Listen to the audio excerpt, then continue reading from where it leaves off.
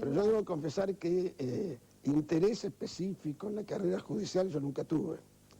Fue una cuestión de los caminos de la providencia, porque, como contaba antes en privado, lo que ocurrió es que mi padre, que era un hombre de limitados recursos, una profesión de violinista, que es la típica de la familia, ¿no? A él, no digo que no le daba de comer, le daba, pero no estaba muy satisfecho con los ingresos. Y yo le dije solemnemente que yo quería ser profesor de historia. Y de historia antigua mejor, ¿no? Y decía, eso es muy lindo, te vas a morir de hambre. Ese músico no servís.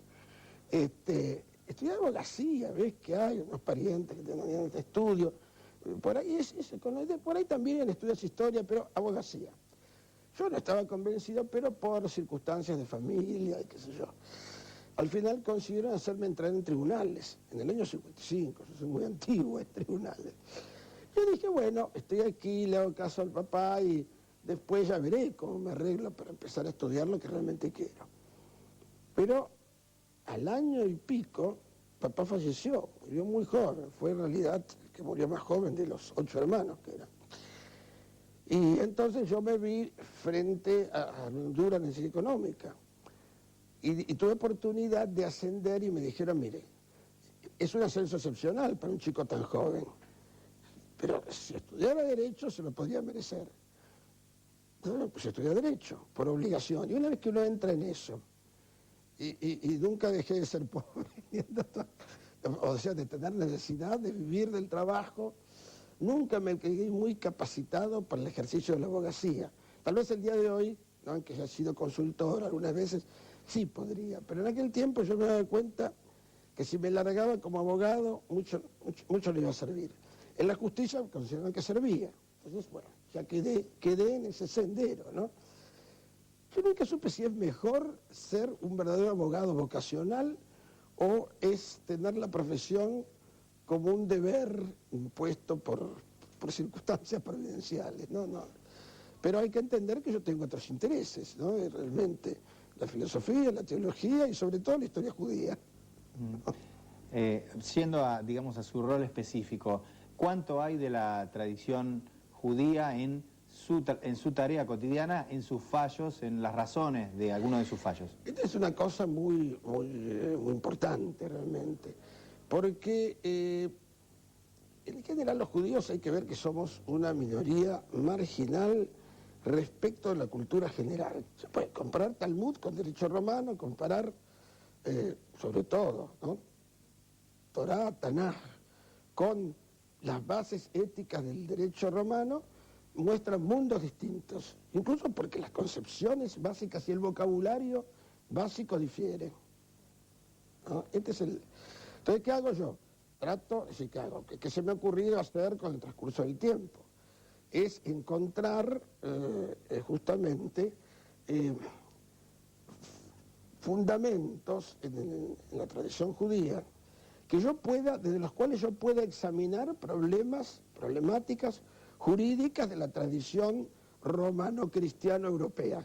Hablando de la festividad de Shavuot, que es, digamos, la festividad que conmemoramos en el programa, se rememora la entrega de los 10 mandamientos.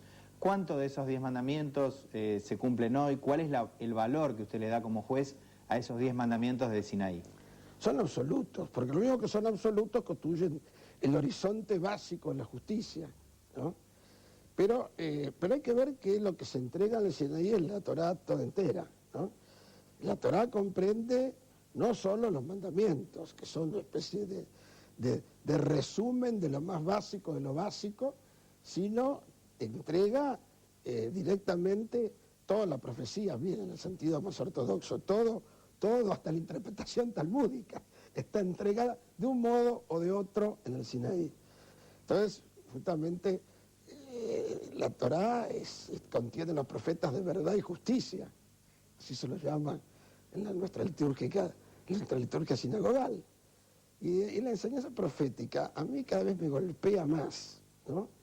Más se lee, más golpea, porque está toda centrada en las categorías de Tzedek, Mishpat, ¿no?, Gesed, y cuando uno trata de traducir estas palabras al castellano idioma latino, uno se encuentra con abismos, porque no es lo mismo, ¿no?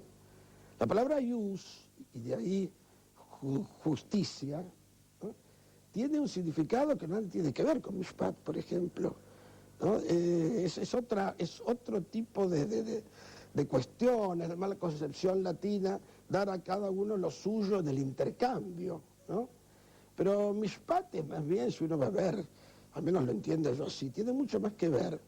Por eso los shoftim, ¿no?, los jueces, son los que se levantan para liberar oprimidos. Y no cabe duda que en el gran texto de Isaías en Yom Kippur, el sentido en que se usa tanto tzedek y mishpat, el contexto indica claramente que tzedek y mishpat consiste en romper las correas de la opresión, en mandar libres a los cautivos. Entonces mishpat no tiene el sentido de decir, yo te doy lo tuyo, tomo lo mío. No, no, no. Quiere decir liberar a los oprimidos. Y los oprimidos generalmente son los pobres. Yo con mucho asombro me encontré en Maimónides con una frase que me impresionó. Creo que está en Gilcota Melahim, por ahí, ¿no? Y dice, comenta cuando Yitro le dice que a Moshe que tiene que nombrar jueces, ¿no? Dice que nombres, ¿no?, gente de corazón valiente. Entonces se pregunta Maimónides, ¿por qué?, ¿no? Y la respuesta es muy simple, porque la misión de los jueces es arrebatar a los oprimidos de la garra de sus opresores. Y esa no es la concepción occidental del juez, que es una especie de árbitro imparcial en una lucha, ¿no?, en una pugna entre dos partes en que van tironeando algunos bienes. Piensen ustedes que ya el proceso mismo que nos describe el Talmud es un proceso en que los jueces se dividen entre defensores y acusadores del imputado, pero en que la relación no es dos que se pelean y uno que arbitra. Son abismos culturales, ¿no? Y claro, es muy incómodo al fin tener uno que manejarse con categorías que cada vez más muy viejo me vuelvo, más extrañas, distantes siento.